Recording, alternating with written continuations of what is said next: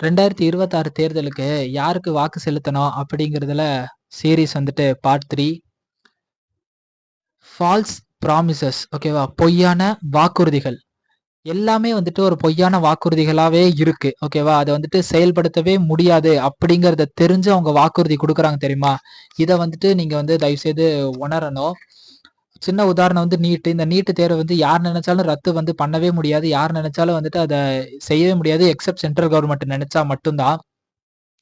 அதே போல வந்துட்டு இந்த ஜல்லிக்கட்டு, இந்த மாடை வந்துட்டு பேன் பண்ணி எல்லாமே செஞ்சது வந்துட்டு அதை வந்து மீட்டு நாங்க கொண்டு வரோம், மறுபடியும் இது பண்ணுவோம்.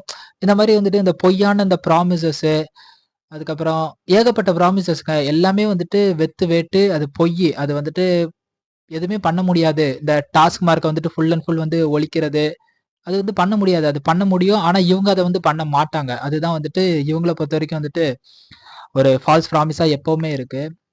ஸோ நீங்க வந்துட்டு இப்போ ஓட்டு போட தேர்ந்தெடுக்கும் போது ஃபால்ஸ் ப்ராமிஸ் யாரு கொடுக்க மாட்டா, அந்த விஷயத்த நிறைவேற்ற முடியுமான்னு சொல்லி நீங்களே வந்துட்டு யோசிங்க.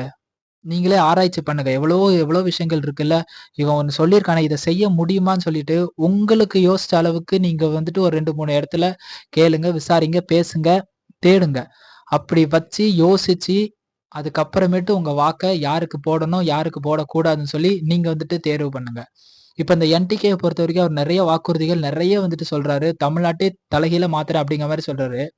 என்னதான் வந்துட்டு அது வந்து ஒரு 85 to 90% நம்மளால வந்துட்டு அதை வந்துட்டு ரொம்ப கடினப்பட்டு அதை வந்துட்டு செய்ய முடியும். பட் ஆனால் அது கொஞ்சம் டஃப்பான ஒரு ப்ராசஸ். பட் அதை வந்து செய்ய முடியும். அது வந்து ஃபால்ஸ் ப்ராமிசஸ் வந்து அதுக்கு வந்து எப்பவுமே அது ஆகவே ஆகாது.